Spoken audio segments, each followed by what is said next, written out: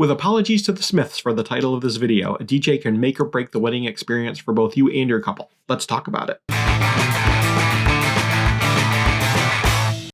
Over the years, I've worked with dozens, if not hundreds, of different DJs. I've been fortunate to work with some really talented people who really know what they're doing. I've also photographed my share of events with less experienced DJs still learning the trade. And then there are those who are so bad at their job, and those that should have hung up their turntables years ago, that make what should be a fun experience into one you eventually make YouTube videos about. Typically, I know who I'm going to be working with even before the wedding day. When I have my final meeting with a couple, I always confirm who the other vendors are going to be, but I'm most interested in knowing who the DJ is. There are a handful of people who, when I hear that's who's going to be performing DJ duties, I breathe a sigh of relief, if not get a little excited, because I'm going to get to hear and work with someone who really knows their stuff. And those people are also the ones I'm happy to be working with because they never start anything without making sure we're ready first. As organized as I try to make myself on a wedding day, helping with the timing for couples' first look and family portraits and such, I always tell them it's the DJ who runs the show once the reception gets going. They know how things need to go and in what order, so I defer to them regarding the flow of the evening. It's a truism about weddings that they are fluid events. Every vendor has a timeline when things start and end and everything in between.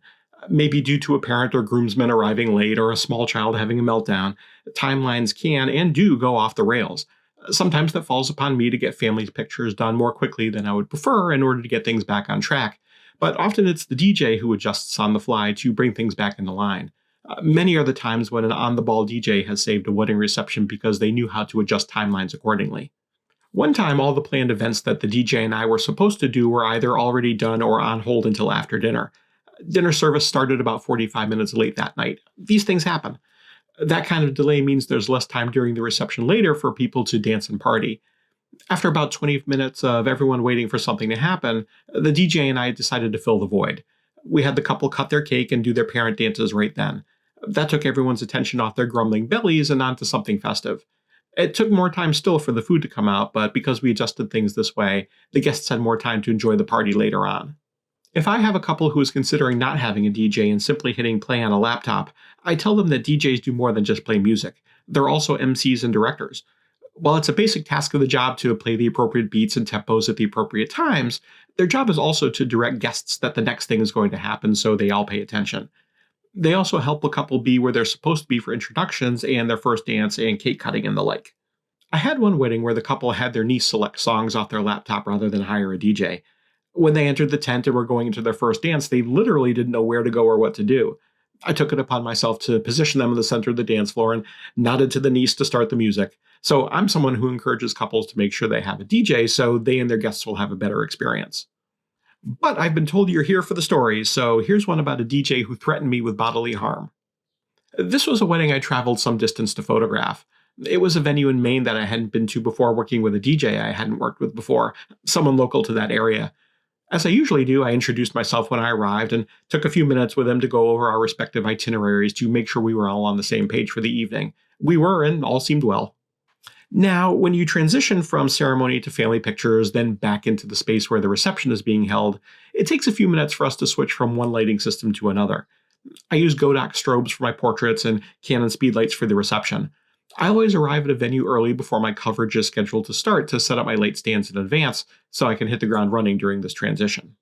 This takes place toward the end of the cocktail hour before guests have come into the room or are just taking their seats. There's typically more than enough time to raise the light stands and position the flashes where I want them aimed and check the power settings. The DJ is usually lining people up for introductions toward the end of this time, and we all check in with each other to make sure we're all ready to go. It's professional courtesy and just being a professional. This time, though, as I was positioning my lights, the DJ suddenly starts the introductions.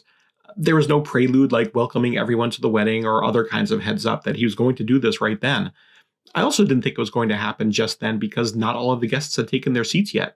He really jumped the gun and there was no segue for anyone to have expected the introductions right at that moment. My second wasn't even back in the room yet. This is also a time of the day when we're able to take a couple of minutes and go use the restroom because we've been on our feet without a break for 3 or 4 hours at this point. After getting ready coverage, going into a first looker ceremony, and then the family pictures, sometimes you just have to hold it, and this is when you go.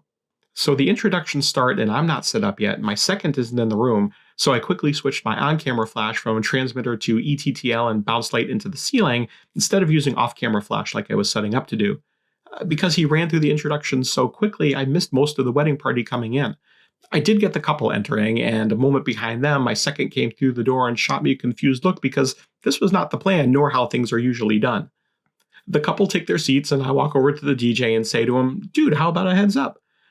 I've rarely just had a DJ start something without asking if we were ready yet, and I told him I missed most of the wedding party coming in because of that. I guess I was expecting an apology or something because we're all supposed to be on the same page and we're all supposed to be there in service of the couple having a good experience. Instead, he gets red in the face like you see in the cartoons where it starts in the neck and then travels in a line upward toward the top of his head, and he screams at me, pointing a finger in the direction of my face that I should have been fucking ready, you fucking amateur. Now, when some dude gets in your face with an accusatory finger pointed at you and they turn fire engine red and look like they're going to burst a blood vessel, your fight or flight response kicks in. It would have been too easy to respond in kind and in that suddenly stressful moment yell back at him. But instead I said, probably sarcastically, "Thanks, when the couple asks why I don't have pictures of their wedding party walking in, I'll let them know what happened." He then proceeded to tell me to fuck off and with obvious fury in his face said that he was about 2 more words away from kicking my ass. I'm not going to get into whether I could have taken this guy or not because that is nowhere near the point of this story. Suffice it to say, he looked a little like Peter Griffin, so I imagine he would have been winded just trying to catch me before he was able to inflict any bodily harm. I am not above walking away quickly to avoid these kinds of things. The way this guy came at me, I took his threat as real. I backed off so we could both take a breath, and I vented about it to my second. I considered bringing this to the couple because I'd never been threatened with violence at a wedding before. Emotions were running high, and I didn't want to say something that I was later going to regret. I also still had the mindset that I didn't want to bring any negativity to their day, so I ended up not involving them. My second and I spent the rest of the night intently watching to see when the toasts and the cake cutting and the parent dances were starting because this guy had no interest in communicating with us. Frankly, I was a bit concerned for my safety, and I did my best to keep my distance from him. I have no idea what I did to this guy. I got the sense that he was just one of those guys that should have retired 20 years ago and is now just jaded and bitter. I did, in fact, miss the wedding party being introduced, but the couple never said anything to me about it, so it's possible they didn't notice. We did our best to make sure they were all well represented in the dancing photos to offset anything that might be perceived as us having missed that part of the day. Frankly, we crushed it. With the benefit of hindsight, I tried to turn these things into teachable moments for myself. Regardless of how much prep you do in contacting vendors like this guy ahead of time, and as much respect as you try to give them on the day, some people are just angry and mean for no reason at all. That's just who they are. Because my adrenaline was pumping from my encounter with this DJ and his threats, I ended up with what I thought was some pretty good coverage. Heightened emotions sometimes, or even often, result in better coverage of moments. You become really focused on the moment, and sometimes that makes you fearless in the work. To this day, it's a mystery. My second and I were racking our brains trying to figure out what we might have done to set this guy off, but we came up empty. It's possible there's something we, or I, inadvertently did, but he never communicated anything to us except for how much he wanted to kick my ass on the dance floor. Thanks, but no, I'm all set. Thank you for watching. If you like these stories, please like and subscribe. That really does help with the YouTube algorithm. Do you have a wedding vendor horror story of your own? If so, feel free to leave it in the comments below. If you'd like to see more videos with more stories, check out this other one I made for you. This is Ask a Wedding Photographer. I'm Seth Kaye, and I'm here to help.